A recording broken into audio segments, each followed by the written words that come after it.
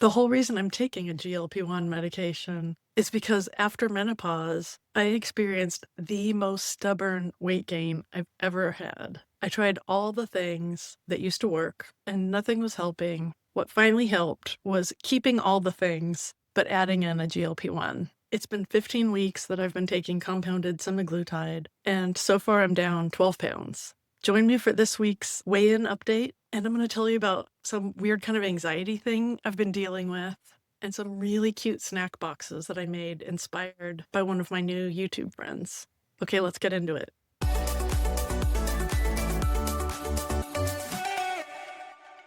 Oh my gosh, I'm feeling so much better than the last time I was recording. If you saw my video last week, I just started to feel like I was coming down with something and didn't even want to be on camera. So I just put a video of a sled dog ride that I'd taken on a vacation a couple months ago up while I talked. But after I had a whole bunch of sleep, I felt better. So either I was just exhausted or my body fought off whatever it was I was coming down with while I was sleeping. Hey, I am walking home from the gym. I just did lift. I just weightlifted, and my husband dropped me off on his way to a doctor appointment, and I'm walking home. It's about 3 miles. I gave myself permission to call an Uber if I felt like it, but I finished my workout and I feel good. The weather's really nice. The sun's kind of going in and out of the clouds. It's in the high 70s. I was like, I'm gonna walk home. We share one car because he travels so much that we don't really need 2 cars. And we, once in a while, if we need 2 cars, we Uber. I think we spend less than $50 a month on Uber. It happens so rarely. So, oh, here comes a truck.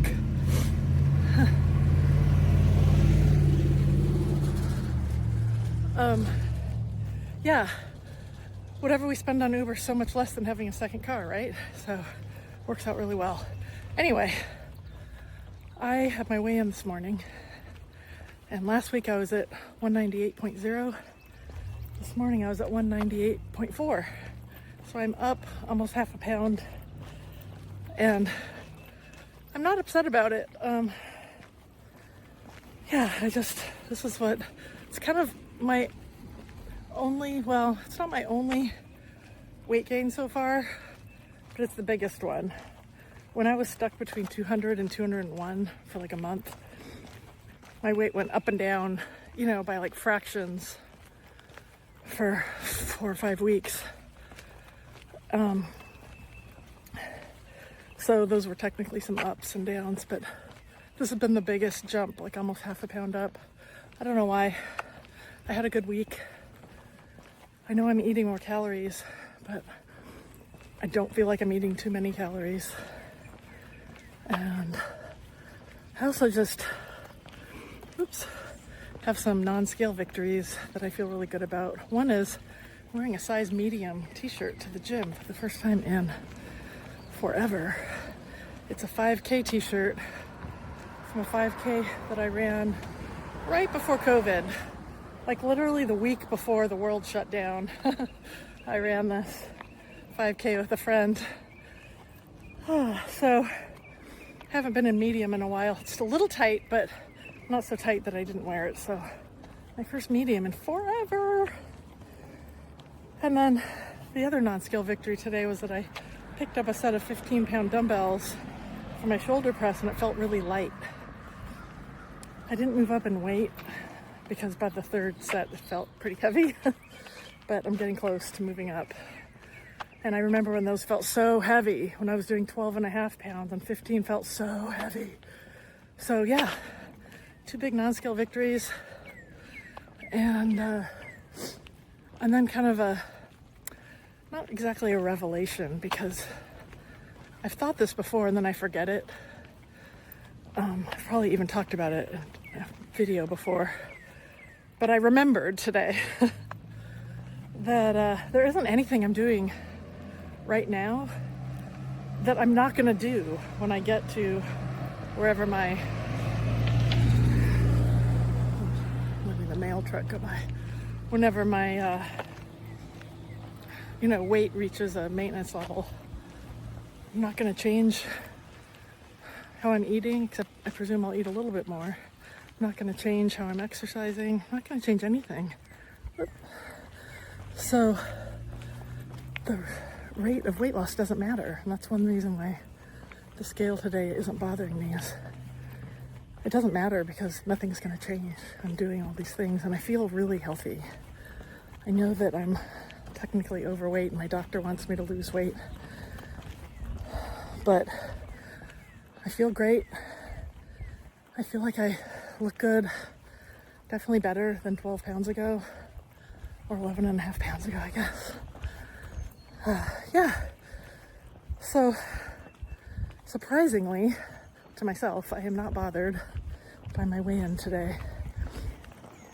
This is future Bobby. I think I'm going to put this at the beginning of my video. And then everything I already filmed the other day is going to go after it, and I didn't know what my weigh-in was yet. So this is me coming to you from the future. Okay, my arm's getting tired. I'm going to finish my walk home. Bye.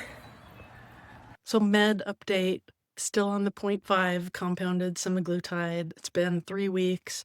I'm really liking the 0.5. I'm very glad I went up. The food noise is not there at all. And I've been increasing my calories. There's just less breakthrough food noise towards the end of the week when it's almost my shot time. Like tonight is my shot. And, I'm fine today. There's not food noise. My appetite is bigger. Like I can eat bigger meals, but that's okay because I'm trying to increase my calories and eat at least 1,700 calories a day. So it kind of helps that my appetite isn't too small to accommodate 1,700 calories. It feels good to be eating more. I do feel like I was in a little bit of starvation mode. Part of me thinks, what if I'm gaining weight from increasing my calories? And part of me thinks, no, my body really needs this. And we'll see. Like I said, I haven't weighed myself yet for this week. It really isn't that big of an increase. A few hundred calories a day, that's 100 calories a meal. It's really not that much. But I do feel like it's helping my energy. And you know what? Maybe that is one reason why I'm not having food noises. Maybe I'm just less hungry. I don't know, but it feels good. So I wasn't overweight growing up. In fact, I was pretty thin growing up. And I gained a little bit of weight in college, but I wasn't ever overweight until probably my 40s. In my 20s and 30s, I would, gain 10 or 15 pounds, lose 10 or 15 pounds, but it was always in a healthy range. And then in my 40s, that range that my weight would fluctuate in got bigger and started to scooch up into the higher numbers. And so I would alternate between being in a healthy weight range and an overweight weight range. And then menopause hit. And for the first time ever, my weight got up into the obese weight range. I'd been used to managing, losing weight, and I had been effective at it in the past. So I just thought, okay, I can manage this. I can get this weight off. Once I got into that obese weight range, my health metrics started to change for the first time. I'd had normal, but low normal blood pressure, and it started to inch up into just over the line where it was high. And my doctor started talking to me about maybe starting me on blood pressure medication. My A1C had always been totally normal, and it started to inch up closer to pre-diabetic. And so she started talking to me about, that I might become pre-diabetic soon. And so all of these things that I'd never faced before, I was suddenly faced with. And it was a real wake-up call that even though I felt like I was living a pretty healthy lifestyle, except for there were some times when I was sedentary, when I hurt my knee, but in general, I was active and eating healthy. Whatever was going on in my body, I was trending more unhealthy over time and gaining weight over time. Starting hormone replacement about a year ago really helped with some symptoms. I was able to work out harder because my joints felt better, but it didn't affect my ability to lose weight. I talk more about how it helped in a video that I'll link to up here. I always forget what side that the link comes up on, but I'll link to it. Um, so that's been great, and I'm still on an estrogen patch and oral progesterone, but it wasn't helping with me being able to lose weight. It was kind of crazy making. What helped me start losing the weight? When I started the GLP-1 medication. I've been a tracker of my food on and off for years. So I know that there was something this medication did besides affect my appetite. It was something it did to my insulin sensitivity that allowed my body to lose weight, because I was eating in a calorie deficit and exercising and eating healthy food for like a whole last year. I mean, for so long, and my weight just kept creeping up. So in the past few months, I've lost about 12 pounds while I've been on the GLP-1. That is not super rapid weight loss. It's about the rate that I would have lost it back when I was younger. I would probably average about a pound a week. And that's basically what I'm doing now. So the GLP-1 hasn't been magic in a sense of, oh my God, the pounds, they're just melting off of me, or it's so easy. It's like I'm doing all the hard things that I had to do before. But the way that the GLP-1 has been magic is that the weight actually is going down on the scale. I actually am burning fat. I'm tracking my body fat percentage and my lean mass and everything on a smart scale. And I scheduled a DEXA scan for next week.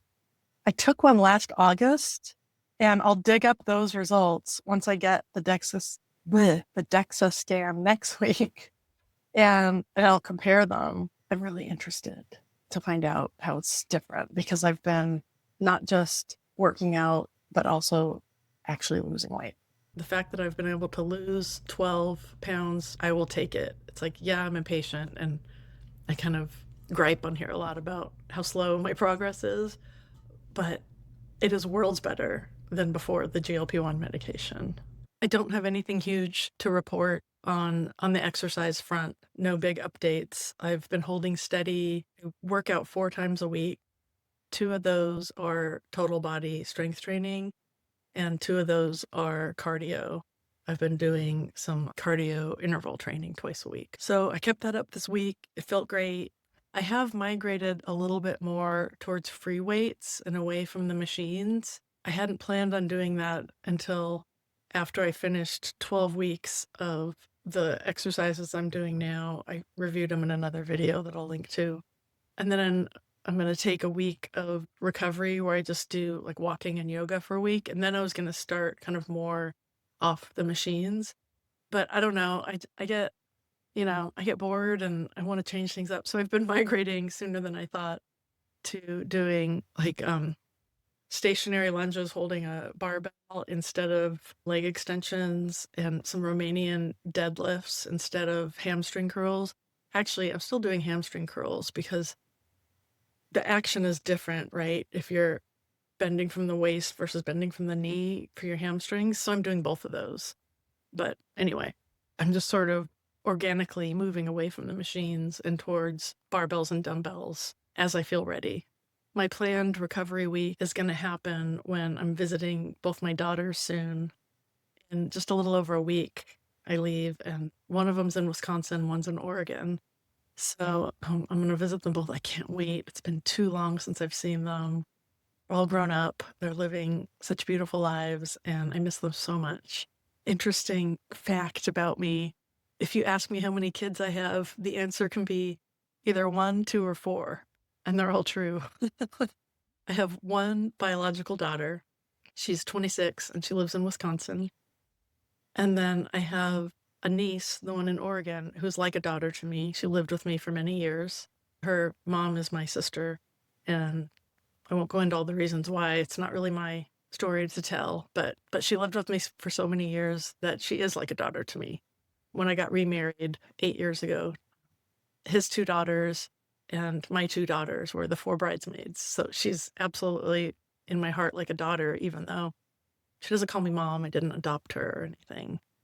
And then I have 2 stepdaughters. So that's why it can be either 1, 2, or 4. I like saying 4 because They're all in my life. I love them all so much.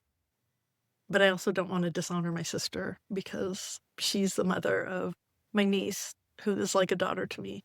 So something happened recently, and I've been on the fence about whether to talk about it here because, I earn my living as a therapist, and it's not, I don't tell my clients about my YouTube channel, but I mean, these videos are public, so it is possible my clients could come across these videos. So it's always in the back of my head.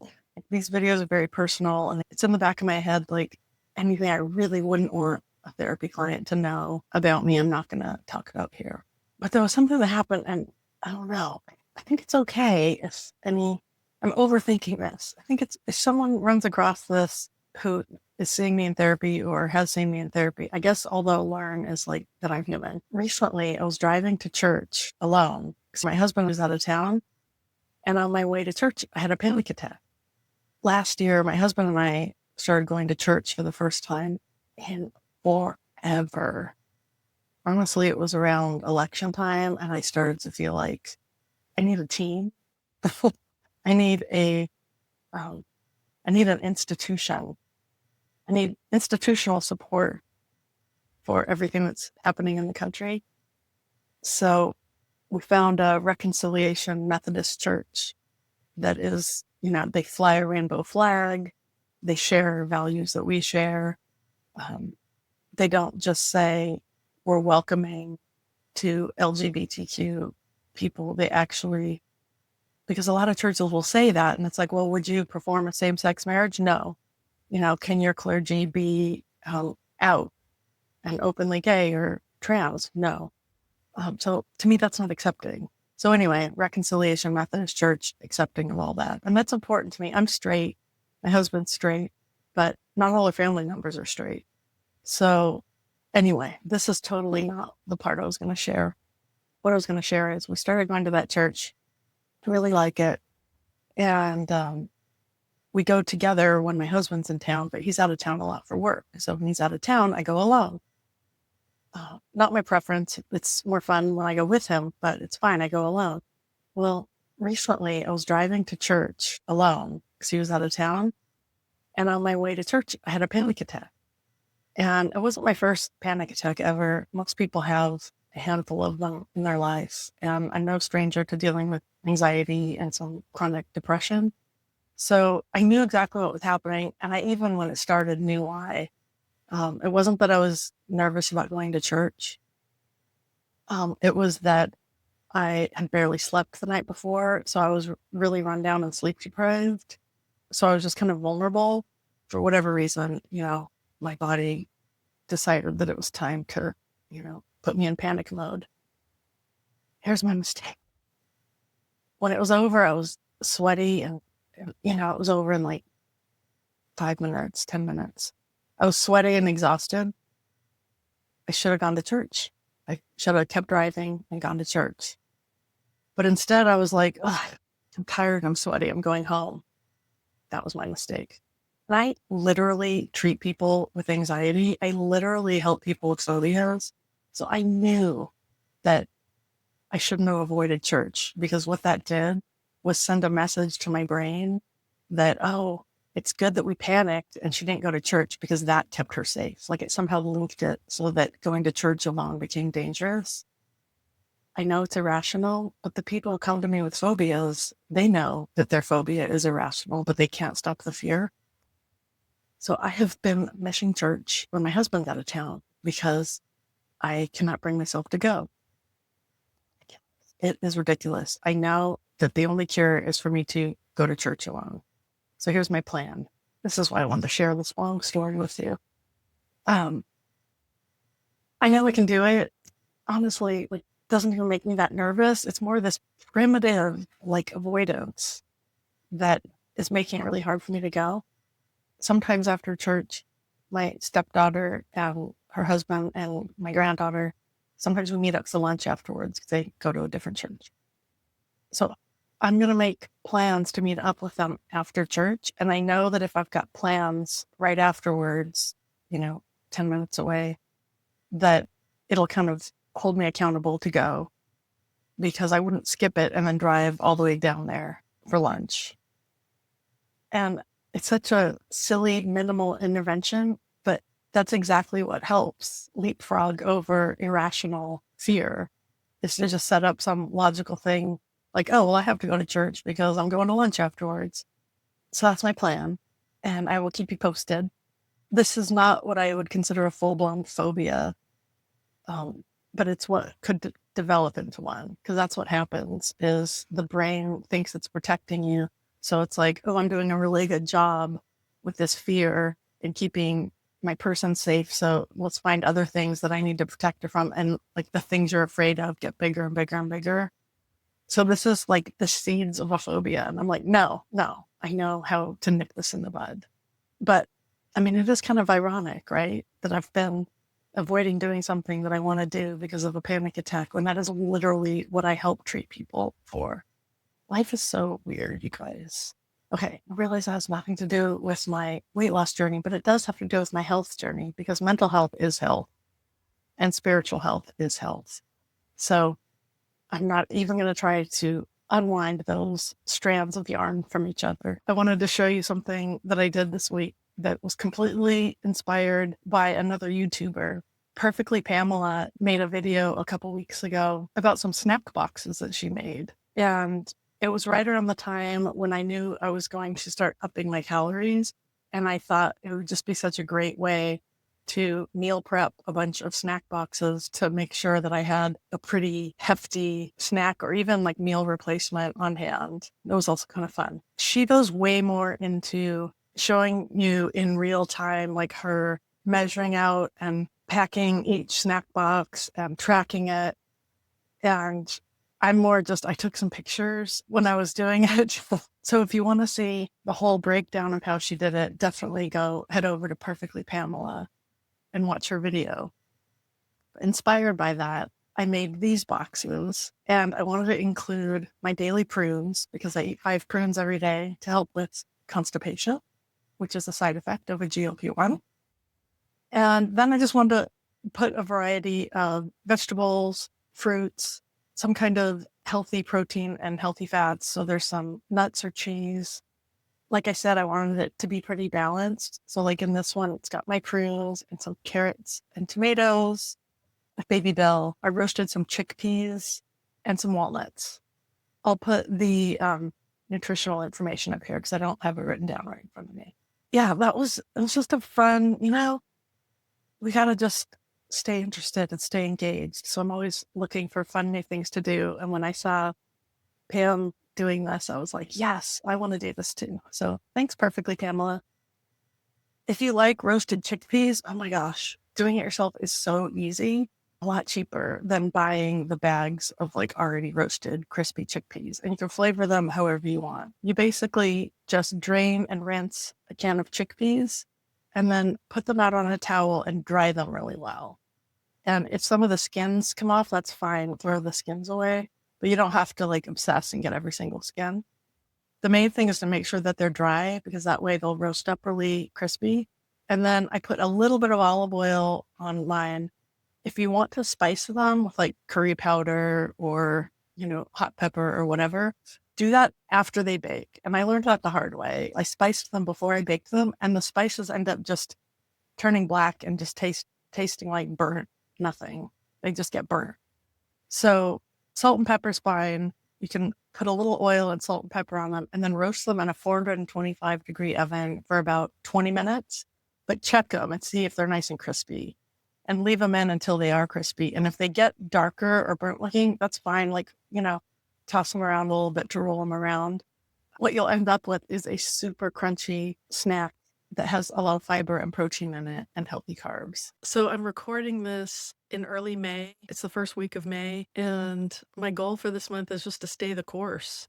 When I get all impatient about my slow progress, I sometimes think like I need to change things up.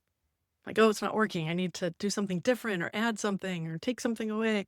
And I'm just refraining from that and just stay the course. You're exercising enough. You're eating well. You're taking your shot every week. I just need to spend this month doing what I'm doing. If you're still watching, thank you so much. Thank you for joining me. If you made it to the end, leave a car emoji because of my driving anxiety that I will keep you posted about. I'm gonna conquer this. If you haven't liked this yet, hit like. If you're not subscribed, please subscribe. I would love for more people to find my channel. And when you like and subscribe, it helps YouTube kind of show it to more people. I will be back next week with an update. I'll be getting ready to leave to see my daughters, so I'm going to be grinning from ear to ear. I will see you then. Bye.